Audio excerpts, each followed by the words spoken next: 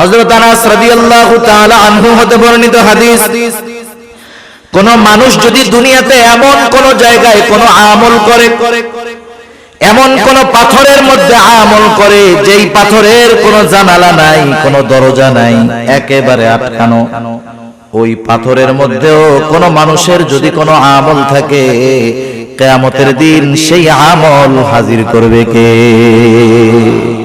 আল্লাহ তাআলা কোরআনুল কারীমের মধ্যে বলেন, ওয়ানাদাউল মাওয়াজিনাল কিসতা লিয়াউমিল কিয়ামাতি ফালা তুযলামু নাফসুন শাইআ ওয়া ইন কানা মিসকালা হাববাতিন মিন খারদালিন আতাইনা বিহা ওয়া কাফা বিনা হাসিবিন। আল্লাহ তাআলা বলেন, আমি কিয়ামতের দিন ইনসাফের বিচারালয় কায়েম করব, ন্যায় বিচারের আদালত কিয়ামতের দিন আমি আল্লাহ কায়েম করব। বাস্তব কথা, তিতা লাগলেও সত্য কথা, দুনিয়ার আদালতগুলোর মধ্যে ইনসাফ নাই, বেইনসাফি ভরা। এখানে যদি একটা ইনসাফ হয়, বেইনসাফি হয় হাজার হাজার, কিন্তু আল্লাহ তাআলার আদালতে কোনো বেইনসাফি নাই। আল্লাহ তাআলা বলেন, ওয়ানাদাউল মাওয়াজিনাল কিসতা লিয়াউমিল কিয়ামাহ। শুধু তাই না, আল্লাহ তাআলা বলেন, ফালা তুযলামু নাফসুন শাইআ।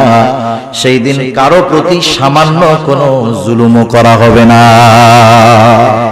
শুধু তাই না, আল্লাহ তাআলা বলেন, ওয়া ইন কানা মিসকালা হাববাতিন মিন খারদালিন আতাইনা বিহা।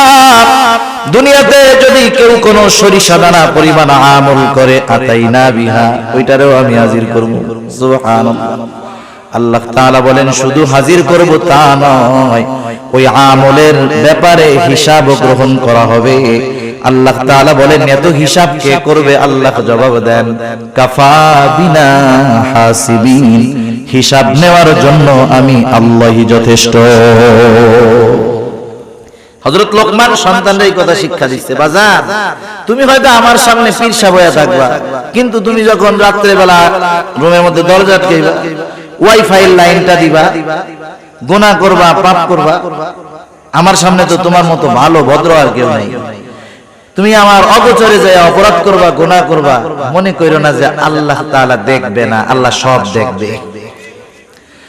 হযরত লোকমান সেই কথাই বলেন, ও আমার বৎস, তোমার কোন আমল যদি সরিষা দানা পরিমাণ হয়, ওই আমলটা যদি পাথরের মধ্যে থাকে, শুধু তাই না, মিসকালা হাববাতিন মিন খারদালিন ফাতাকুন ফি সখরাতিন, সেটা যদি পাথরের মধ্যে থাকে, আও ফিস সামাওয়াত, সেটা যদি আসমানেও থাকে, আও ফিল আরদ, সেটা যদি জমিনের সাথেও মিশে থাকে, আল্লাহ তাআলা সেই আমলটা হাজির করবেন। ইয়াতি বিহাল্লাহ, ওই আমলটাও হাজির করবে কে?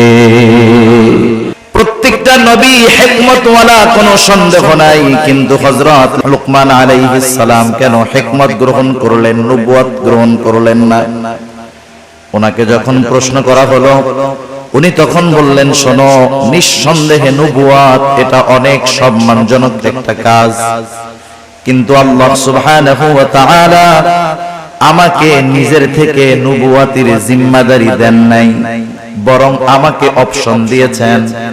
আমি চাইলে নবুয়ত গ্রহণ করতে পারি, আমি চাইলে হিকমত গ্রহণ করতে পারি।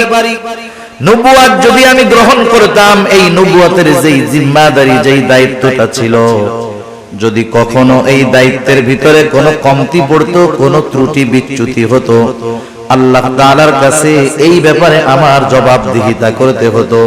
কিন্তু আল্লাহ তাআলা যদি নিজ থেকে সরাসরি আমাকে নবুয়ত দান করতেন, তাহলে আমার এই নবুয়তের জিম্মাদারি পালনের সব ব্যবস্থাপনা আল্লাহ তাআলা গ্রহণ করতেন। এজন্য নবুয়ত গ্রহণ করাটা আমার জন্য রিস্কের ছিল, আমি এই জন্য হিকমত গ্রহণ করেছি। হিকমত কাকে বলা হয়? তাফসীরের মধ্যে আসছে, হিকমত হলো প্রজ্ঞা, হিকমত হলো দ্বীনের পরিপূর্ণ বুঝ, হিকমত হলো স্বপ্নের তাবির তথা স্বপ্নের ব্যাখ্যা। হযরত লোকমানকে আল্লাহ তাআলা হিকমত দান করেছেন। উনি কত হিকমতওয়ালা মানুষ ছিলেন, এখন নয়, শুধু অতীতেও আরব জাতির মধ্যে হযরত লোকমানের হিকমতপূর্ণ ঘটনা কথাগুলার প্রচলন ছিল। তাফসীরের মধ্যে, হাদিসের মধ্যেও হযরত লোকমানের এইরকম কিছু কিছু ঘটনা আছে। হযরত লোকমান আলাইহিস সালাম শুরুতেই যে এত সম্মানিত ছিলেন তা নয়, কিন্তু শুরু থেকে তার কর্মকাণ্ডের ভিতরে হিকমতের নিদর্শন পাওয়া যাইত। তিনি একটা মানুষের ছাগল চড়াইতেন, তিনি রাখাল ছিলেন প্রাথমিক সময়। একদিন ওই ছাগলের মালিক এসে বলে, ও লোকমান, তুমি আমার জন্য একটা ছাগল জবাই করবা, আর ছাগলের সবচাইতে সুস্বাদু জায়গার গোশত আমার জন্য নিয়ে আসবা। হযরত লোকমান আলাইহিস সালাম একটা ছাগল জবাই করার পর ওই ছাগলের হৃৎপিণ্ড আর জিহ্বার গোশতটা নিয়ে মালিকের সামনে হাজির। মালিক এবার বলতেছে, লোকমান যাও আর একটা ছাগল জবাই করো, এই ছাগলের সবচাইতে নিকৃষ্ট জায়গার গোশত তুমি আমার সামনে হাজির করবা। এইবার হযরত লোকমান আরেকটা ছাগল জবাই করলেন। এইবারও তিনি হৃৎপিণ্ড আর জিহ্বার গোশত নিয়ে হাজির হয়ে গেলেন। মালিক জিজ্ঞাসা করতেছে, ও লোকমান, তুমি কি আমার সাথে মজা করতেছো নাকি? তোমাকে সবচাইতে উত্তম জায়গার গোশত আনতে বললাম, তুমি হৃৎপিণ্ড আর জিহ্বার গোশত আনছো। আবার সবচাইতে নিকৃষ্ট জায়গার গোশত আনতে বলেছি, তুমি হৃৎপিণ্ড আর জিহ্বার গোশত নিয়ে হাজির হইলা, কারণ কি? হযরত লোকমান তখন বললেন, মালিক, কারো যদি এই হৃদয় আর জবানটা ভালো হয়ে যায়, তার সব ভালো হয়ে যায়। মালিক, কারো যদি হৃদয় আর জবানটা খারাপ হয়ে যায়, তার সব কিছু খারাপ হয়ে যায়, সে সবচাইতে নিকৃষ্ট হয়ে যায়। রাসূল আকরাম সাল্লাল্লাহু আলাইহি ওয়াসাল্লাম এই জন্য বলেন, ইন্নাল্লাহা লা ইয়ানজুরু ইলা সুওয়ারিকুম ওয়ালাকিন ইয়ানজুরু ইলা কুলুবিকুম ওয়া আমালিকুম। আল্লাহ তাআলা কারো সূরত দেখেন না, কারো সিরাত দেখেন না। আল্লাহ তাআলা দেখেন না কে কত সুন্দর, বরং আল্লাহ তাআলা দেখেন কার অন্তরটা কেমন। সেজন্য চেহারা, সূরত, সার্টিফিকেট এগুলার কোনো দাম আল্লাহ তাআলার কাছে নাই। যদি হইতো তাহলে আবু জেহেল সম্মানিত ব্যক্তি হইতো, হযরত বেলাল সম্মানিত ব্যক্তি হতে পারতো। হযরত লোকমান উনিও এরকম ছিলেন, হাবশী কালো গোলাম, কালো চুলগুলা কোকড়া, পাগুলা ছড়ানো, ঠোঁটটা মোটা। এক কথায় আমাদের দৃষ্টিতে একটা মানুষকে অসুন্দর দেখার জন্য যা কিছু দরকার সব তার মধ্যে ছিল, কিন্তু আল্লাহ সুবহানাহু ওয়া তাআলা কেমন সম্মান দিয়েছেন। হযরত লোকমান তিনি একদিন মানুষের সামনে বক্তব্য দিচ্ছেন, বক্তৃতা দেওয়ার জন্য দাঁড়ায় গেছেন। উপস্থিত শ্রোতাদের মধ্য থেকে একজন দাঁড়ায় বলে, ও লোকমান, আপনি আপনার বক্তব্য দেওয়ার আগে আপনার নিকটে আমার একটা প্রশ্ন আছে, অনুগ্রহ করে জবাব দিবেন। হযরত লোকমান বললেন, হ্যাঁ বলো। লোকটা এবার বলতেছে, আপনি কি সেই লোকমান নাকি যেই লোকমান আমার সাথে বাগানে বাগানে ছাগল চড়ায় বেড়াইতো? আপনি কি সেই লোকমান নাকি? একটু শিক্ষণীয় বিষয় একটু খেয়াল দিয়া শুনবেন। আমাদের সমাজে অনেক মানুষ আছে, একটা সময় তার কিছুই ছিল না, না ছিল কোনো সম্মান, না ছিল কোনো মর্যাদা, কিন্তু কালের পরিবর্তনে আজকে অনেক সম্মান সম্পদের মালিক। আপনি যদি তাকে তার অতীতের কথা স্মরণ করায় দেন, দেখবেন সে আপনার উপরে বিরক্ত হবে। সে তার অতীত যে এত খারাপ ছিল, অতীতে যে সে কষ্টে ছিল, সেটা সে ফেস করতে চায় না, সামনে আনতে চায় না, অতীতকে ভুলে থাকতে চায়। কিন্তু স্বাভাবিক বিষয়টা হলো এমন, যেই ব্যক্তি সর্ব অবস্থায় তার অতীতকে স্মরণ রাখে, অতীতের শিক্ষা নিয়ে চলে, অধিকাংশ ক্ষেত্রে এই ধরনের মানুষগুলা শুকরগুজার বান্দা হয়। আর যারা অতীতকে ভুলে যায়, ওরা অধিকাংশ না শুকরগুজার। খেয়াল করে দেখবেন এটা।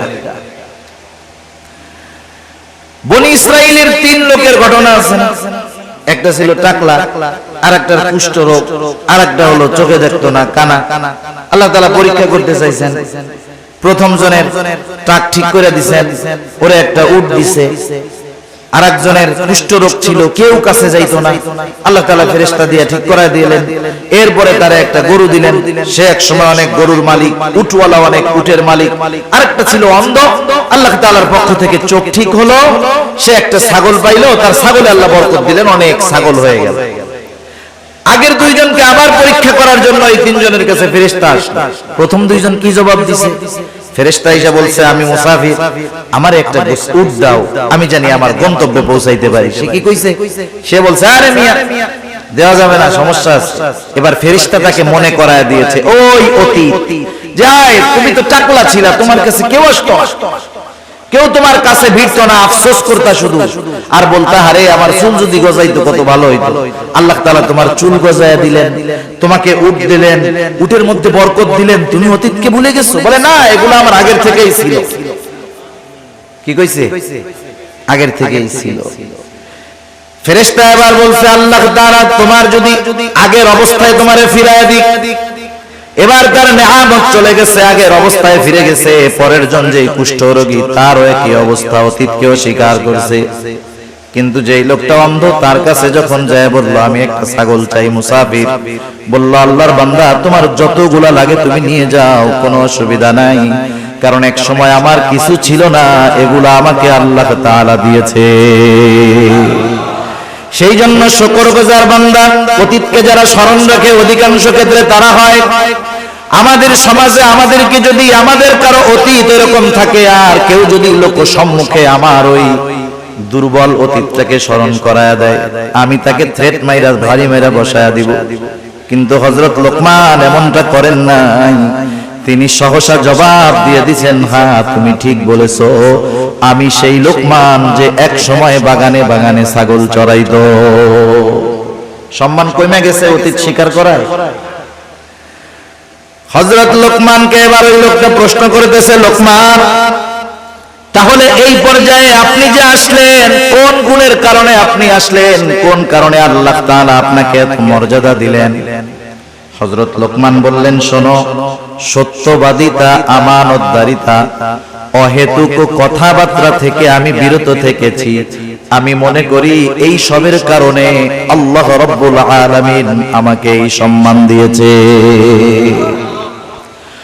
হযরত লোকমানকে প্রশ্ন করেছে, হযরত লোকমান স্বীকার গিয়েছে, কারণ তিনি ছিলেন একজন শুকরগুজার বান্দা।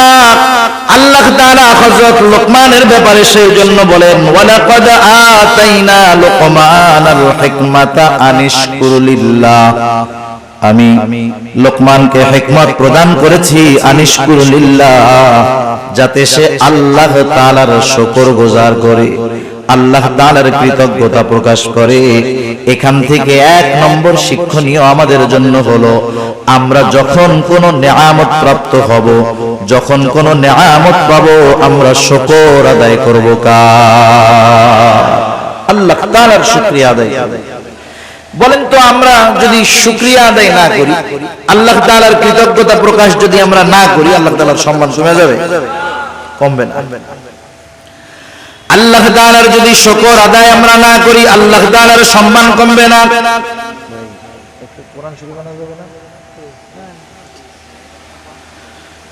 আল্লাহ তাআলার শুকরিয়া আমরা যদি সারা দুনিয়াবাসী না করি, আল্লাহ তাআলার সম্মান কমবে না।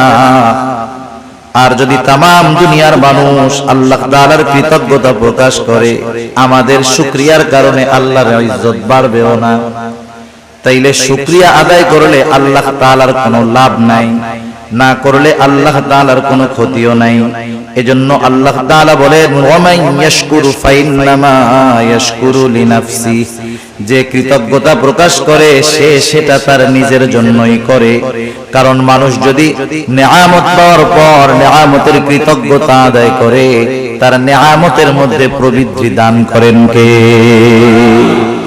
আল্লাহ তাআলা কুরআনুল কারীমের আরেক জায়গায় বলেন, লা ইন শাকারতুম লা আযীদান্নাকুম ওয়া লা ইন কাফারতুম ইন্না আযাবী লাশাদীদ। আল্লাহ তাআলা বলেন, লা ইন শাকারতুম লা আযীদান্নাকুম, তোমরা যদি কৃতজ্ঞতা প্রকাশ করো, নেয়ামতের শুকরিয়া আদায় করো, আল্লাহ তাআলা এমনটা বলেন নাই যে বাড়ায়া দিমু, বরং আল্লাহ তাআলা বলেন, লা আযীদান্নাকুম, দুইটা তাকিদ যোগ করে আল্লাহ তাআলা বলেন, কেমন জানি কথাটা এরকম যে আমি অবশ্যই অবশ্যই তোমাদের নিয়ামত আরো আমি আল্লাহ বাড়ায়া দিব। ওয়ালা ইন কাফারতুম, তোমরা যদি কুফরি করো তথা নিয়ামতের কৃতজ্ঞতা প্রকাশ না করো, তাতে আল্লাহ তাআলার কোনো ক্ষতি নাই, বরং ক্ষতি কি? আল্লাহ তাআলা বলেন, যাই না রাখো, ইন্না আযাবি লাশাদীদ, আমার আযাব বড় কঠোর, আযাব বড় শক্ত। তাইলে শুকর গুজার বান্দার নিয়ামত আল্লাহ বাড়ায় দেয়, আর যারা নিয়ামতের শুকরিয়া আদায় করে না আল্লাহ তাআলা তাদের কঠিন আযাবে গ্রেফতার করে। আল্লাহ তাআলা সেই কথাই বলেন, মান কাফারা ফা ইন্নাল্লাহা গনিয়্যুন হামিদ, আর যারা শুকরিয়া আদায় করে না, কুফরি করে, তারা জানা রাখুক, ফা ইন্নাল্লাহা গনিয়্যুন হামিদ, আল্লাহ তাআলা কারো কৃতজ্ঞতার মুখাপেক্ষী নয়। সেজন্য আমরা শুকরিয়া আদায় করলে লাভ আমাদের নিজেদের। এখানে আল্লাহ তাআলা হযরত লোকমানের পরিচয় দিচ্ছেন যে লোকমান তো হিকমতওয়ালা, শুধু হিকমতওয়ালা নয়, লোকমান আমার একজন শুকরগুজার বান্দা। সুবহানাল্লাহ। এইবার সেই লোকমান ছেলেদেরকে কি বলছে, সেই কথাগুলো আল্লাহ তাআলা আমাদেরকে বলতেছে। হযরত লোকমান সন্তানদেরকে নসিহত করতেছে, উপদেশ দিচ্ছে। এক নম্বর নসিহত, হযরত লোকমান সন্তানকে বলতেছে, ও আমার সন্তান, ওয়াইদ ক্বালা লুকমানু লিবনিহি ওয়া হুয়া ইয়াইদু ইয়া বুনাইয়া লা তুশরিক বিল্লাহ। হযরত লোকমান তার সন্তানকে এক নম্বর নসিহত করতেছে, উপদেশ দিচ্ছে, ও আমার বৎস। নসিহত করার কিছু ভাষা আছে, সব সময় ধমক দিলে কাম হয় না। আমরা তো আমাদের বাচ্চা ছেলেদেরকে কিছু উপদেশ দেওয়ার আগে বলে, বেটা আগে পিটানি দে, এই করি সেই করি। না, আপনি আপনার সন্তানকে যদি কোনো কথা শোনাতে চান, তাহলে তাকে আবেগ, মহব্বত, ভালোবাসার সাথে উপদেশটা করতে হবে। ধমকের সাথে সব সময় সব ফায়দা অর্জন করা যায় না। সন্তানকে নসিহতের ভাষা হযরত লোকমান বলতেছে, ওয়াইদ ক্বালা লুকমানু লিবনিহি, আল্লাহ তাআলা বলেন হযরত লোকমান তার সন্তানকে বলতেছে, ইয়া বুনাইয়া লা তুশরিক বিল্লাহ, ইয়া বুনাইয়া, হে আমার বৎস। এটা বাংলায় অনুবাদ করে এর ভিতরে যেই মজাটা আছে এটা বোঝানো যাবে না। আপনাকে যদি বাংলাদেশ নয় তাম দুনিয়ার শ্রেষ্ঠ একজন আর্টিস্ট একটা আপেল অথবা কমলা আইকা আপনার সামনে দিয়া বলে, এটা খুব মজা না খাইতে, আপনি দেখবেন ঠিক, কিন্তু এর মজা বোঝা যাবে না। সেজন্য আরবি ভাষাটা না অনুধাবন করতে না পারলে এর মূল মজা তরজমায় বোঝা যায় না। সেজন্য যারা আলেম আছে, মাদ্রাসা আছে, এরা বোঝে কোরআন তরজমা পড়ার আগে 4-5 বছর তার আরবি ভাষা ব্যাকরণ নিয়ে পড়া লাগে। কেন? কারণ কোরআনে আল্লাহ কি বলেন সেটা পরিপূর্ণ অনুধাবন করার যোগ্যতা অর্জন করার জন্য। এখন তো আমার নেই, একটু ভাষাগত জ্ঞান থাকলেই মনে করে আমার চাইতে বড় আর কে জানে, ঠিক না? হযরত লোকমান বলতেছেন, ইয়া বুনাইয়া লা তুশরিক বিল্লাহ, এই ইয়া বুনাইয়ার মধ্যে মায়া, মমতা, স্নেহ, মোহাব্বত, ভালোবাসার বহির্প্রকাশ আছে। হযরত লোকমান বলতেছে, হে আমার বৎস, লা তুশরিক বিল্লাহ, আমরা মুমিন, আমরা মুসলমান, আমরা আমাদের সন্তানদেরকে প্রথম যেই শিক্ষাটা দেওয়ার দরকার হযরত লোকমান সেই শিক্ষাটাই দিয়েছেন। আল্লাহ তাআলা কত সুন্দরভাবে হযরত লোকমানের নসিহতগুলো জানায় দিলেন যে হযরত লোকমান তার সন্তানকে সর্বপ্রথম তাওহীদ তথা আল্লাহ তাআলার একত্ববাদের পরিচয় শিক্ষা দিয়েছে, ঈমানের শিক্ষা দিয়েছে। আগে মূল হলো ঈমানের শিক্ষা। কিসের শিক্ষা? ঈমান হলো সব আমলের মূল। আমল ভুরি ভুরি আছে, ঈমান নাই, ওই আমলের কোনো দাম নাই। সেজন্য শিরক থেকে আমাদের সন্তানদেরকে বাঁচার নসিহত করতে হবে। এখন যদি আমরা নিজেরা নিজেদের মধ্যে একটু যাচাই বাছাই করি, আমাদের নাসিরউদ্দিন জর্জ ভাই বলতেছিলেন, আপনারা এখানে আসার আগে আজকে সারাদিন আপনার সন্তান কি করেছে, কয়জন বাপ খোঁজ নিছেন? 5 জন হাত উঁচা করতে পারবেন না। এবার আমি যদি আপনাদের প্রশ্ন করি, এমন কোন বাবা আছেন একটু বলেন, আমি আমার সন্তানটাকে একদিন সুন্দর মতো আমার পাশে বসাইয়া গায়ে হাত বুলাইয়া এরকম বলেছি, ও আমার কলিজার টুকরা সন্তান, আল্লাহ তাআলার সাথে শিরিক কইরো না। আসেননি দুই একজন বাপ এরকম? আমার পোলা এখনো বড় হয় নাই, এই ওয়াজ করার টাইম ওরে হয় না, এই জন্য আমি করি নাই। মানে আপনারা আবার কইতে পারেন যে হুজুর ওয়াজ করতেছেন, আপনি কি এই আমল করছেন নাকি? মানে আমার ছেলেও তো বড় হয় নাই। তাহলে দেখেন এই জায়গায় যে কয়জন আছেন, একজন সাহস করে হাত উঁচা করতে পারেন না, আফসোসের ব্যাপার।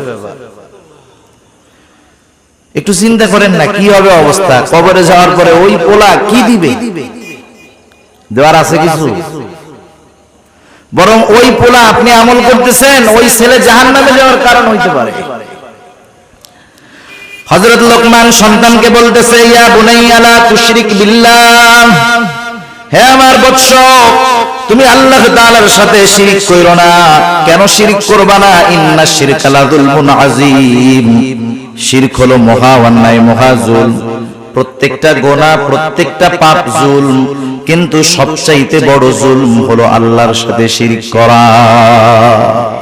এজন্য আল্লাহ তাআলা কোরআনুল কারীমের মধ্যে বলেন, ইন্নাল্লাহা লা ইয়াগফিরু আন ইউশরাকা বিহি ওয়া ইয়াগফিরু মা দুনা যালিকা লিমান ইয়াশা ওয়া মান ইউশরিক বিল্লাহি ফাকাদ ইফতারা ইসমান আযীমা।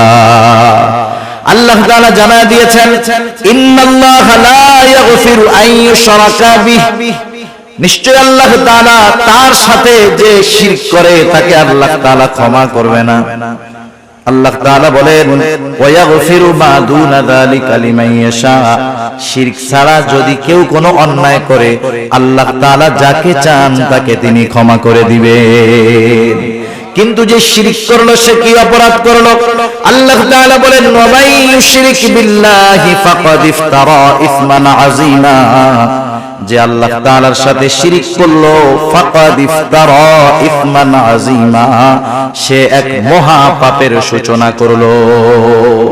এজন্য এই পৃথিবীতে যার দ্বারা শিরক শুরু হয়েছে, কিয়ামত পর্যন্ত যত শিরক হবে সব শিরকের সমপরিমাণ গুনাহ তার আমলনামায় যোগ হবে।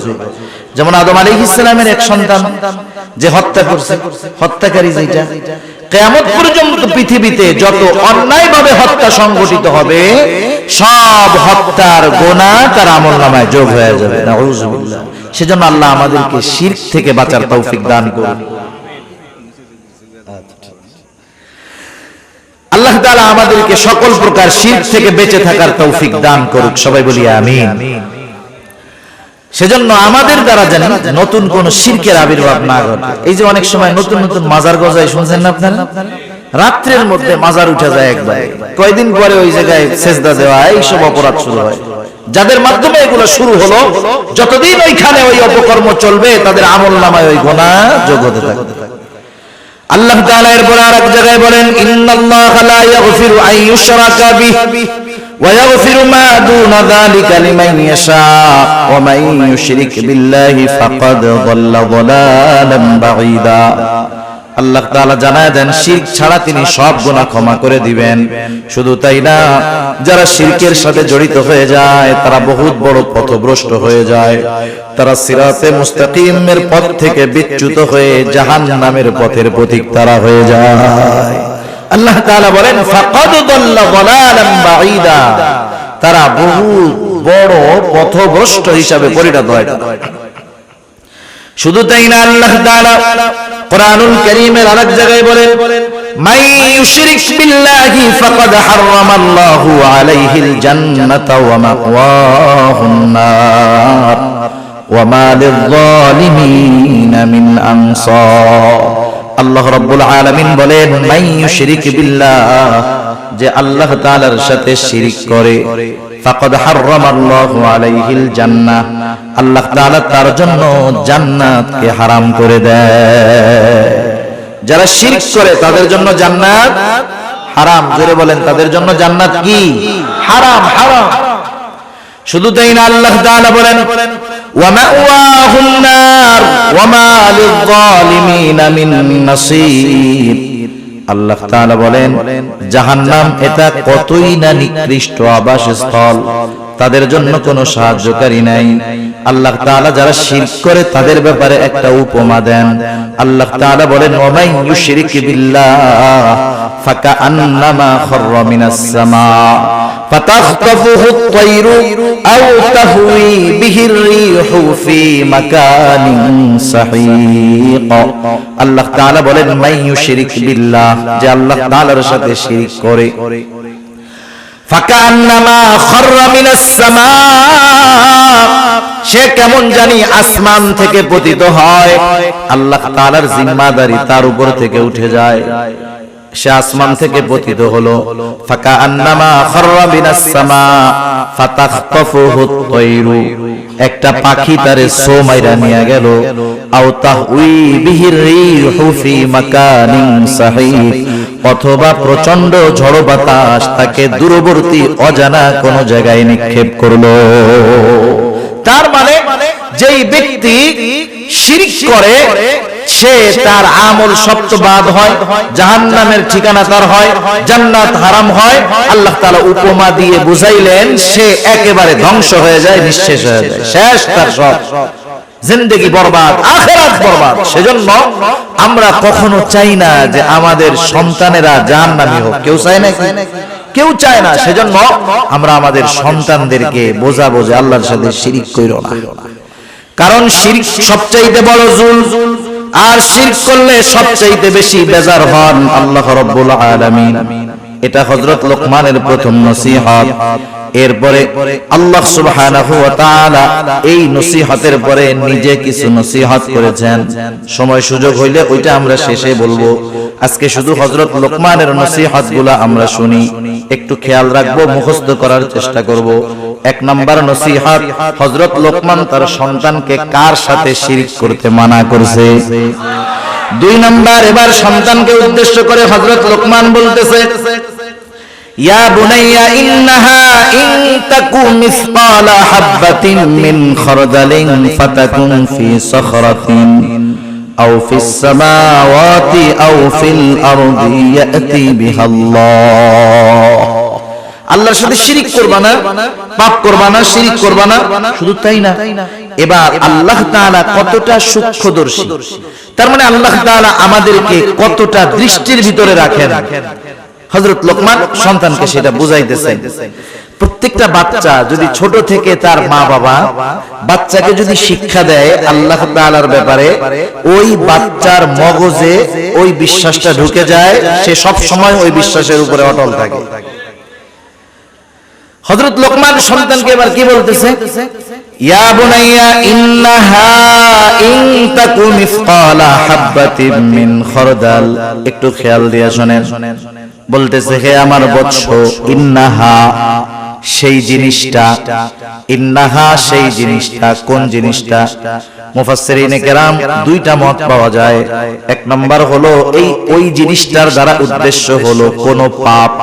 কোন কোন মুফাসসির বলেন পাপ না, সেটা যে কোনো আমল, ভালো আমল হতে পারে, মন্দ আমল হতে পারে। হযরত লোকমান সন্তানকে বলতেছে, ও আমার বৎস, তুমি যেই আমলই করো না কেন, ভালো অথবা মন্দ, ইন্নাহা ইন তাকু মিসকালা হাববাতিন। আল্লাহ তাআলা হযরত লোকমানের নসিহতটা কত সুন্দরভাবে দেখেন আমাদের খেদমতে পেশ করে বলেন। হযরত লোকমান সন্তানকে বলতেছে, তুমি যেই আমলটা করো সেই আমলটা যদি সরিষা দানা পরিমাণ হয়, ইন্নাহা ইন তাকু মিসকালা হাববাতিন মিন খারদালিন ফাতাকুন ফি সাখরাতিন আও ফিস সামাওয়াতি আও ফিল আরদি ইয়াতি বিহাল্লাহ। তুমি যে আমলটা করো, ভালো হোক আর মন্দ হোক, ওই আমলটা যদি সরিষা দানা পরিমাণ হয়, কি দানা পরিমাণ বলেন? ওই আমলটা যদি সরিষা দানা পরিমাণ হয়, আর ওই আমলটা যদি পাথরের মধ্যে থাকে, কোন জায়গায় থাকে? হযরত আনাস রাদিয়াল্লাহু তাআলা আনহু হতে বর্ণিত হাদিস, কোন মানুষ যদি দুনিয়াতে এমন কোন জায়গায় কোন আমল করে, এমন কোন পাথরের মধ্যে আমল করে যেই পাথরের কোন জানালা নাই, কোন দরজা নাই, একেবারে আটকানো, ওই পাথরের মধ্যেও কোন মানুষের যদি কোন আমল থাকে, কিয়ামতের দিন সেই আমল হাজির করবে কে? আল্লাহ তাআলা কোরআনুল কারীমের মধ্যে বলেন ওয়ানাদাউল মাওয়াজিনাল কিসতা লিয়াউমিল কিয়ামাতি ফালা তুযলামু নাফসুন শাইআ ওয়া ইন কানা মিসকালা হাববাতিন মিন খারদালিন আতাইনা বিহা ওয়া কাফা বিনা হাসিবিন।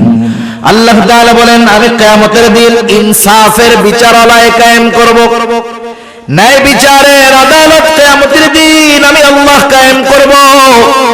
বাস্তব কথা, তিতা লাগলেও সত্য কথা, দুনিয়ার আদালতগুলোর মধ্যে ইনসাফ নাই, বেইনসাফি ভরা।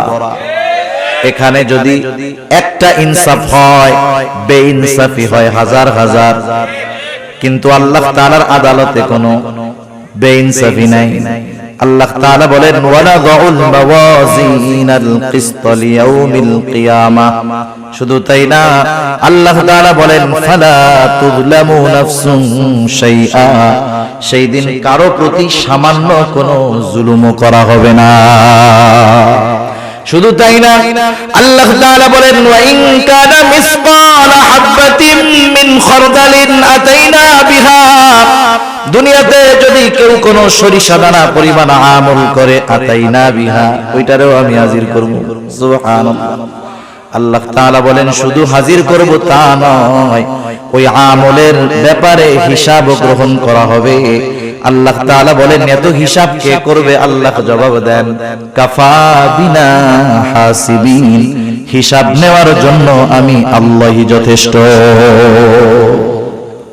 হযরত লোকমান সন্তানদের এই কথা শিক্ষা দিচ্ছে, বাজার তুমি হয়তো আমার সামনে পীর সাহেব হয়ে থাকবা, কিন্তু তুমি যখন রাত্রে বেলা রুমের মধ্যে দরজা আটকাইবা, ওয়াইফাই লাইনটা দিবা, গুনাহ করবা, পাপ করবা, আমার সামনে তো তোমার মতো ভালো ভদ্র আর কেউ নাই। তুমি আমার অগোচরে যায় অপরাধ করবা, গুনাহ করবা, মনে কইরো না যে আল্লাহ তাআলা দেখবে না, আল্লাহ সব দেখবে।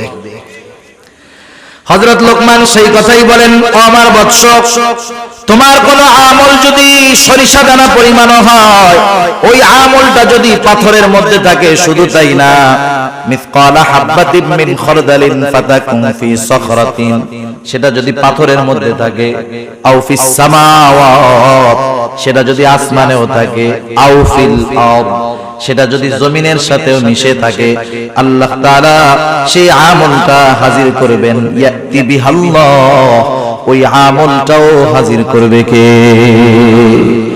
আল্লাহ তাআলা কেন হাজির করতে পারেন? কারণ আল্লাহ তাআলা ইন্নাল্লাহা লাতীফুন খাবীর, কারণ আল্লাহ তাআলা হলেন সব খবর জানে। শুধু তাই না, সূক্ষ্ম দ্রষ্টা, সূক্ষ্ম থেকে সূক্ষ্মাতীত সব বিষয়ের খবর আল্লাহ তাআলার কাছে আছে। আরে আমল সংগঠিত হওয়ার পরে তো সেটা আল্লাহ তাআলা জানেন। আমি যখন কোনো আমল করার চিন্তা করি, বদ আমলের চিন্তা করি, সেটারও খবর যিনি জানেন তিনি কে? আল্লাহ তাআলা সূরাতুল কাফের মধ্যে বলেন ওয়ালাকাদ খালাকনাল ইনসানা ওয়া না'লামু মা তুওয়াসওয়িসু বিহি নাফসুহু ওয়া নাহনু আকরাবু ইলাইহি মিন হাবলিল ওয়ারিদ। আল্লাহ তাআলা বলেন আমি মানুষ সৃষ্টি করেছি, ওয়া না'লামু মা তুওয়াসওয়িসু বিহি নাফসুহু, আমি জানি কোন জিনিস তার অন্তরের মধ্যে ওয়াসওয়াসা দেয়। ওয়াসওয়াসা দেখা যায় নাকি? দুনিয়ার মধ্যে তো এমন প্রযুক্তি আছে, একটা মানুষ অসুস্থ হয় নাই, কিন্তু তার কোনো অর্গান অসুস্থ হতে পারে, শরীরের কোনো অংশ অসুস্থ হতে পারে, হয় নাই। ওই লোকটারে যদি এমআরআই মেশিনের মধ্যে ঢুকায় দেওয়া হয়, রিপোর্ট বের হয়ে আসবে আপনার কিডনি অসুস্থ হয় নাই, তবে হতে পারে, যত্ন নেন। কিন্তু দুনিয়ায় এমন কোন মেশিন আছে নাকি যার মধ্যে ঢুকায় দিলে আমার আপনার অন্তরে কি আছে রিপোর্ট আকারে বের হবে? আছে? নাই। কিন্তু আল্লাহ তাআলা বলেন, ও আমার গোলাম, আমি তোমাকে সৃষ্টি করেছি, শুধু তাই না, আমি এটাও জানি তোমার অন্তরের মধ্যে কোন জিনিসে ওয়াসওয়াসা দেয়। কেন জানেন? আল্লাহ তাআলা বলেন ওয়া নাহনু আকরাবু ইলাইহি মিন হাবলিল ওয়ারিদ। আমি তোমার অন্তরের ওয়াসওয়াসার খবর জানার কারণ হলো আমি তোমার শাহরগের চাইতে অধিক নিকটে। তার মানে আমার ভাষায় আমি মাঝে মধ্যে বলি, আমি আমার যত কাছে তার চাইতে বেশি কাছে কে? আল্লাহ এত কাছে, সেজন্য আমার প্রত্যেকটা পদক্ষেপ আল্লাহর নজরের বাইরে না। গহীন অরণ্যের মধ্যে গভীর রাত্রে যদি একটা পাতা পড়ে, সেই পাতা পড়ার খবরটাও জানে কে? আল্লাহ তাআলা জানে। এত সূক্ষ্মদর্শী আল্লাহ তাআলা। তাহলে এই টেন্ডেন্সি, এই চিন্তা, এই দর্শন, এই মতবাদ, এই ফিকির, এই চিন্তা যেটাই কর না কেন, এটা যদি একটা মানুষের মধ্যে সর্ব অবস্থাতে থাকে, ও যখন একা থাকবে ও চিন্তা করবে সব দেখতেছে কে? এই চিন্তাটা সন্তানের মধ্যে ঢুকায়া দেন। এই চিন্তা সন্তানের মধ্যে ঢুকান, পরিবারের মানুষের মধ্যে ঢুকান। আমরা চেষ্টা করি, বারবার বলি, ইনশাআল্লাহ সন্তানের চরিত্র বাপের সামনে যেমন হবে, লাইট নিভাইয়া দরজা আটকাইয়া ঘরের মধ্যে গেলেও সেম কোয়ালিটির চরিত্রই থাকবে। ঠিক কিনা? চারিত্রিক শিক্ষা দিয়েছে এই জায়গায়। কি শিক্ষা দিয়েছে? প্রথম শিক্ষা দিয়েছে ঈমানের শিক্ষা। কিসের শিক্ষা? এখানে দিয়েছে চারিত্রিক শিক্ষা, বিষয় একটা, কিন্তু এর মধ্যেই চরিত্র সংশোধনের শিক্ষা হযরত লোকমান তার সন্তানকে দিয়ে দিয়েছে। এরপরে শিক্ষা দিয়েছে সামাজিকতা। ইসলাম সামাজিকতার সর্বোচ্চ শিক্ষা দিয়েছে। হযরত লোকমান এবার তার সন্তানকে বলতেছে, ইয়া বুনাইয়া আকিমিস সালাহ ওয়া'মুর বিল মা'রুফি ওয়ানহা আনিল মুনকার ওয়াসবির আলা মা আসাবাক ইন্না যালিকা মিন আজমিল উমুর। হযরত লোকমান এবার সন্তানদের শিক্ষা দিচ্ছে দায়িত্ববোধ সম্পর্কে। এটা হলো দায়িত্ববোধ সম্পর্কে হযরত লোকমান সন্তানদের শিক্ষা দিচ্ছে। বেশি সময় আমি আর নিব না আপনাদের, কারণ 12টা বেজে গেছে, এত রাত করা যাবে না, অল্প সময়। হযরত লোকমান সন্তানদের বলতেছে, ইয়া বুনাইয়া আকিমিস সালাহ, এ বৎস নামাজ কায়েম কর। কি কায়েম করবেন? আমার আগে এক হুজুর নামাজের কথা বলছে, আমি ওই জায়গায় শুনছি। তাহলে অভিভাবক নিজে নামাজ পড়লে হবে না, নামাজ পড়ার জন্য সন্তানকে আদেশ করতে হবে। হাদিসের মধ্যে আসছে, মুরু আওলাদাকুম, আবু দাউদের হাদিস, তোমরা তোমাদের সন্তানদেরকে আদেশ করো, যখন তার বয়স 7 হবে নামাজের জন্য আদেশ করবা, 10 বছর বয়স হবে নামাজ না পড়লে প্রহার করবা, আর বিছানাটা আলাদা বানায়া দিবা। আমাদের সমাজে আছে এখন 7, 8, 9, 10 বছর হয়ে গেছে, একসাথে ভাই বোন ঘুমায়, একসাথে মা ছেলে ঘুমায়। এটা ইসলাম সাপোর্ট করে না। কেন করে না? আপনাদের এলাকায় আলহামদুলিল্লাহ অনেক আলেম আছে, ওনাদের কাছ থেকে একটু জেনে নিবেন। কথা বুঝতে পারছেন? সেজন্য বাচ্চারা বড় হইলে বিছানা আলাদা করে দিতে হবে। 7 বছর হলে নামাজের আদেশ, 10 বছর হলে নামাজ না পড়লে প্রহার করতে হবে। আর আল্লাহ তাআলা বলেন, ওয়া'মুর আহলাকা বিস-সালাতি ওয়াসতাবির আলাইহা লা নাসআলুকা রিজকা নাহনু নারযুকুকা ওয়াল আকিবাতু লিত-তাকওয়া। আল্লাহ তাআলা বলেন, ওয়া'মুর আহলাকা বিস-সালাহ, তুমি একা নামাজ পড়লে হবে না, তুমি তোমার পরিবার আহাল যারা আছে তাদেরকেও নামাজের জন্য আদেশ দাও। কারণ কিয়ামতের দিন সর্বপ্রথম নামাজের হিসাব হবে। কিয়ামতের দিন প্রথম হিসাব কিসের হবে? নামাজের। এজন্য সন্তানদের নামাজি বানাইতে হবে। যে নামাজি সে সঠিক পথের উপরে থাকার চেষ্টা করে। এরপর হযরত লোকমান তার সন্তানকে বলতেছে, ওয়া'মুর বিল মা'রুফি ওয়ানহা আনিল মুনকার, ভালো কাজের আদেশ করো, অসৎ কাজের নিষেধ করো। সন্তানকে হযরত লোকমান বলতেছে, আমরা হলাম শ্রেষ্ঠ উম্মত। কি উম্মত? একটু জোরে বল, আরো জোরে বলেন, কি উম্মত? আজকে 12ই রবিউল আউয়াল। অনেকে কইতে পারে, হুজুর কেন আজকে অন্য ওয়াজ করতেছে, এটা কেন করলো না? আগেও শুনলাম কয়েকজন কিছু একটা বলছে, এই জন্য বললাম না। আবার এই যে বললাম, আপনাদের জর্জ ভাই কথা বললো, আমি চিন্তা করলাম এই বিষয়টাই বলি। তা যাই হোক, ভালো কাজের আদেশ, অসৎ কাজের নিষেধ। আর আমরা কি উম্মত? শ্রেষ্ঠ উম্মত। এটা কি চাপার জোরে হওয়া যাবে? শ্রেষ্ঠ উম্মত হতে হবে আল্লাহ তাআলার ফর্মুলা অনুযায়ী। আল্লাহ তাআলা কোরআনুল কারীমের মধ্যে বলেন, কুনতুম খায়রা উম্মাতিন উখরিজাত লিন-নাস তা'মুরুনা বিল মা'রুফ ওয়া তানহাউনা আনিল মুনকার ওয়া তু'মিনুনা বিল্লাহ। শ্রেষ্ঠ উম্মত যদি হতে হয় 3টা জিনিস মাস্ট বি লাগবে। আল্লাহ তাআলা বলেন তোমরা হইলা শ্রেষ্ঠ উম্মত, মানুষের কল্যাণের জন্য তোমাদেরকে বের করা হয়েছে। এখন কোন কাজ করলে তোমরা শ্রেষ্ঠ উম্মত হবা? মনে রাখবেন একজন বেধর্মী সেও কিন্তু নবীর উম্মত। তাইলে শ্রেষ্ঠ উম্মত হওয়ার জন্য তিনটা কাজ। এক নাম্বার কাজ তা'মুরুনা বিল মারুফ, ভালো কাজের আদেশ করবা। দুই নাম্বার তানহাউনা আনিল মুনকার, মন্দ কাজে বাধা প্রদান করবা। ওয়া তু'মিনুনা বিল্লাহ, আর আল্লাহ তাআলার প্রতি ঈমান আনবা। ঈমানের সাথে ভালো কাজের আদেশ, অসৎ কাজের নিষেধ, এরা হলো শ্রেষ্ঠ উম্মত। এখন যেই জামানা চলতেছে হুজুর, ভালো কাজের আদেশ করলেও জান যায়, মন্দ কাজের থেকে বাধা দিলেও জান শেষ। কি করব? এই কর্মের উপরে ঈমানের স্তর বিন্যাস রয়েছে। রাসূল আকরাম সাল্লাল্লাহু আলাইহি ওয়াসাল্লাম বলেন, মান রাআ মিনকুম মুনকারান ফালইউগাইরহু বিয়াদিহি ফাইন লাম তাসতাতি ফাবিলিসানিহি ফাইন লাম তাসতাতি ফাবিকলবিহি ওয়া যালিকা আযআফুল ঈমান। নবীজি সাল্লাল্লাহু আলাইহি ওয়াসাল্লাম বলেন, তোমাদের মধ্যে কেউ যখন কোনো মন্দ কাজ দেখবে, অন্যায় কাজ দেখবে, ফালইউগাইরহু বিয়াদিহি, সে কাজটা শুধু থামায়া দিবে তা নয়, ফালইউগাইরহু বিয়াদিহি, কাজটাকে সে পরিবর্তন করে দিবে। তার মানে হচ্ছে গুনার কাজ, ওটা থামাবে তো থামাবে, সাথে সাথে ওই দিকে একটা ভালো কাজ চালু করে দিবে। বোঝা গেছে? এইরকম পাওয়ার যার আছে, ঈমানের দাবি হলো তার যদি সক্ষমতা থাকে, সে এই মন্দ কাজ থামায়া ওই দিকে একটা ভালো কাজ চালু করে দিবে। এখন এই ক্ষমতা আমাদের নাই। যদি মন্দ কাজে বাধা দিতে যাই, জান শেষ।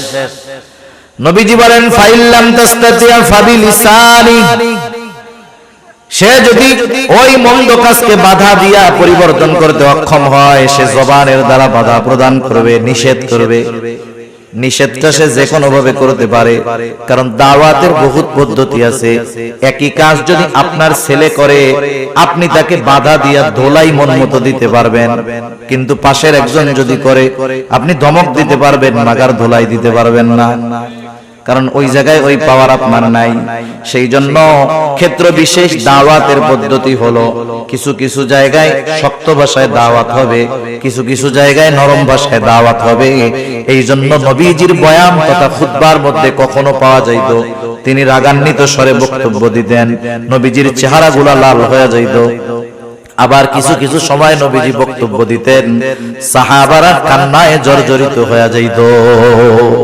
জবানের দ্বারা বাধা প্রদান করবে। ধমক দিয়া বড় মানুষ যদি করে, তারা তো ধমক দেওয়া যাবে না, তারা তো বুঝাইতে হবে, চাচা কামটা ভালো না, কয়দিন পরে মইরা যাবেন, দাড়ি পাইকা গেছে, চামড়া ঝুলে গেছে, আজরাইল চারপাশ দিয়ে ঘুরতেছে, বাদ দেন না, এই যে কাজ হয়ে গেল না। আর ছোট মানুষটা যদি আপনি অপরাধ করার পরে পায়ে ধরে কন, বাদর পায়ে ধরে তুই করিস না, কাজ হবে না। যেখানে যেরকম ভাবে বাধা দেওয়া, সেই জায়গায় সেরকম ভাবে দিতে হবে। এখন আপনি আমি যদি মুখ দিয়ে বা জবান দিয়ে বাধা প্রদান করতে চাই, তাও বিপদ আছে। নবীজি সাল্লাল্লাহু আলাইহি ওয়াসাল্লাম বলেন, ফাইন লাম তাসতাতি ফাবিকলবিহি ওয়া যালিকা আযআফুল ঈমান। কেউ যদি জবানের দ্বারা বাধা প্রদান করতে অক্ষম হয়, সে অন্তরের দ্বারা বিষয়টাকে ঘৃণা করবে। কোন জায়গায় যদি কোনো অপরাধ সংগঠিত হয়, কথার কথা আপনাদের এলাকায় একটা অপরাধ হচ্ছে, আর এক লোক উমরা হজ পালন করতে গেছে সৌদি আরব, একবারে হারামের মধ্যে আছে, তাওয়াফরত অবস্থায় আছে, বাইতুল্লাহর সামনে আছে। একজন ফোন দিছে, ভাই এলাকায় তো এই কাম হইছে, এটা করছে, সাইজ করে দিব নাকি? উনি ওই জায়গা থেকে বুঝা সাইজ করে দেয়, আমার কিছু কওয়া লাগে না। এবার দিয়া অপরাধ একটা সংগঠিত হয়ে গেল, ঠিক না? উনি আছে কই? মক্কা শরীফ। উনি যদিও এই অপরাধ যেখানে হচ্ছে সেখানে নাই, কিন্তু এটাকে সমর্থন দেওয়ার কারণে উনি ওই অপরাধীদের শামিল। আরেকজন দুর্বল মানুষ, এক জায়গায় অপরাধ সংগঠিত হচ্ছে, ওই অপরাধ যেখানে হচ্ছে সেই জায়গায় সে আছে। কথা বুঝেন নাই? সেই জায়গায় সে আছে, কিন্তু বাধা দেওয়ার মতো ক্ষমতা নাই। অন্তরে কইতেছে, আল্লাহ আমি যাইফ, আমি দুর্বল, বাধা দেওয়ার ক্ষমতা আমার নাই, আপনি আমারে মাফ করেন। ওই জায়গায় অপরাধ হচ্ছে, গুনাহ হচ্ছে, সে উপস্থিত, তবে সে অক্ষম বাধা দিতে, সে যদিও ওই জায়গায় আছে কিন্তু আল্লাহ তাআলার কাছে তার অক্ষমতা প্রকাশ করার কারণে সে যেন কেমন যেন ওই গুনার সাথে তার কোনো সম্পৃক্ততা নাই। সেজন্য নবীজি বলেন কমপক্ষে অন্তরের দ্বারা ঘৃণা করবে, এটা হলো দুর্বল ঈমানের পরিচয়। সেই জন্য আমরা যে যেখান থেকে পারি ভালো কাজের আদেশ, অসৎ কাজের নিষেধ করব। এরপরে বলেন এই কাজ করতে গেলে বাধা আসতে পারে, এই জন্য হযরত লোকমান তার সন্তানকে বলেন ওয়াসবির আলা মা আসাবাক ইন্না যালিকা মিন আজমিল উমুর। এই কাজ করতে গিয়া যদি কখনো বিপদ আপদ আসে, ওয়াসবির তুমি সবর করো, মুসিবত আসলে সবর করো, ইন্না যালিকা মিন আজমিল উমুর, নিশ্চয় এটা বড় জটিল এক কাজ, তা বিশাল এক জিনিস, সাধারণ কাজ না। এরপরে হযরত লোকমান সন্তানকে সামাজিকতা শিক্ষা দিচ্ছে, মানুষের সাথে কিভাবে মিশতে হবে। হযরত লোকমান সন্তানকে বলতেছে ওয়ালা তুসাইর খাদ্দাকা লিন্নাসি ওয়ালা তামশি ফিল আরদি মারহা। 10 মিনিট কষ্ট হইতেছে নাকি আপনাদের? আর 10-15 মিনিট সর্বোচ্চ। ওয়ালা তুসাইর খাদ্দাকা লিন্নাসি ওয়ালা তামশি ফিল আরদি মারহা। সন্তানকে বলতেছে আমার সন্তান তুমি কখনো মানুষের দিক থেকে মুখ ফিরায়া তুমি কথা বলবা না, তার মানে অহংকারের সাথে তুমি মানুষের সাথে কথা বলবা না। অহংকার বড় জঘন্য এক পাপ। ইবলিসের আমলের কমতি ছিল না, কিন্তু সব নষ্ট হয়ে গেছে যেই কারণে সেটার নাম হলো অহংকার। আল্লাহ রাসূল সাল্লাল্লাহু আলাইহি ওয়াসাল্লাম বলেন লা ইয়াদখুলুল জান্নাতা মান কানা ফি কলবিহি মিসকালা হাববাতিন মিন কিবর। যার অন্তরের মধ্যে সরিষা দানা পরিমাণ অহংকার থাকবে সে জান্নাতে প্রবেশ করতে পারবে না। সেজন্য দুনিয়ায় সম্পদ, শিক্ষা, সার্টিফিকেট, যোগ্যতা, ডিগ্রি থাকতে পারে, এটা নিয়ে অহংকার করার কোনো কিছু নাই। সম্পদ আপনাদের এলাকা এখানে বা সারা বাংলাদেশে এমন কেউ আছে নাকি যে কারুনের চাইতে ধনী ছিল? আছে? দেখেন এই সম্পদ নিয়ে অহংকার করছে, সম্পদ সহ সে শেষ। ক্ষমতার দিক দিয়ে যদি হিসাব করেন ফেরাউন, নমরুদ, হামান, বখতেনসর এদের মতো ক্ষমতাওয়ালা কেউ নাই, অথচ অহংকার করেছে, অবাধ্য হয়েছে, সীমা লঙ্ঘন করেছে, সব শেষ। ইবলিসের মতো আমলের কোনো অভাব নাই, আমলদার কেউ ছিল না, অহংকার করেছে, সব শেষ। এজন্য আল্লাহর নবী বলেন, আল্লাহ তাআলা বলেন আল কিবরিয়া রিদাই, অহংকার হলো আমার চাদর। সেই জন্য আমরা অহংকার করব না। অহংকারের দ্বারা ক্ষতি হলো জান্নাতের মধ্যে প্রবেশ করা যাবে না, অহংকার থেকে বাঁচতে হবে। হযরত লোকমান সন্তানদেরকে সেই কথা শিক্ষা দিলেন যে সন্তান মানুষের সাথে মুখ ফিরায়া তথা অহংকারের সাথে তুমি কখনো কথা বলবা না। ওয়ালা তামশি ফিল আরদি মারহা, জমিনের উপরে কখনো গর্ব ভরে পদচারণ করবা না, জোরে জোরে পা ফালাইয়া একবারে স্টাইল দিয়া হাঁটবা না। রহমানের বান্দাদের কিছু গুণাবলী আল্লাহ তাআলা সূরাতুল ফুরকানের মধ্যে আল্লাহ তাআলা তার স্পেশাল বান্দাদের কিছু গুণাবলী বর্ণনা করেছেন। আল্লাহ তাআলা বলেন ওয়া ইবাদুর রহমানিল্লাযীনা ইয়ামশুনা আলাল আরদি হাওনা ওয়া ইযা খাতাবাহুমুল জাহিলুনা ক্বালু সালামা। রহমানের বান্দা হলো তারা কারা? ওয়া ইবাদুর রহমান আল্লাযীনা ইয়ামশুনা আলাল আরদি হাওনা, যারা মধ্যপন্থা অবলম্বন করে একেবারে নম্রতার সাথে পথ চলে, তারা রহমানের বান্দা। সুবহানাল্লাহ। সেজন্যই লাফায় লাফায় পথ চললে, পা ফলায় পথ চললে ওরকম না। আল্লাহ তাআলা কোরআনুল কারীম সূরা বনী ইসরাঈলের মধ্যে বলেন ওয়ালা তামশি ফিল আরদি মারহা ইন্নাকা লান তাখরিকাল আরদা ওয়া লান তাবলুগাল জিবালা তুলা ওয়ালা তামশি ফিল আরদি মারহা। জমিনের মধ্যে দর্প ভরে, গর্ব ভরে তুমি চলাচল কইরো না, দর্প ভরে পথ চলে। আল্লাহ তাআলা বলেন ইন্নাল্লাহা লা ইউহিব্বু কুল্লা মুখতালিন ফাখুর। আল্লাহ তাআলা মুখতাল আর ফাখুররে পছন্দ করেন না। মুখতাল হলো যে নিজে বড় মনে করে, নিজেরে নিজে বড় মনে করে, আর ফাখুর হলো যে ওই বড়ত্বটা মানুষের সামনে প্রকাশ করে, নিজে মনে করে যে আমি সবচেয়ে ভালো, আমার চেয়ে ভালো আর কি। আরেকটা হলো মানুষের মধ্যে বলে আরে মিয়া আমি সবচেয়ে ভালো আলেম, আমি সবচেয়ে ভালো জ্ঞানী, আমি সবচেয়ে বেশি বুঝি, এটা হলো ফাকুক। এই দুইটারই আল্লাহ কি করে না? পছন্দ করে না। হযরত লোকমান সন্তানদের শিখায় দিচ্ছে বাজান কেমনে তুমি পথ চলবা, তুমি কেমনে পথ চলবা। হযরত লোকমান সন্তানকে বলতেছে ওয়াকসির ফি মাশিকা ওয়াগদুদ মিন সাউতিক ইন্না আনকারাল আসওয়াত লাসাউতুল হামির।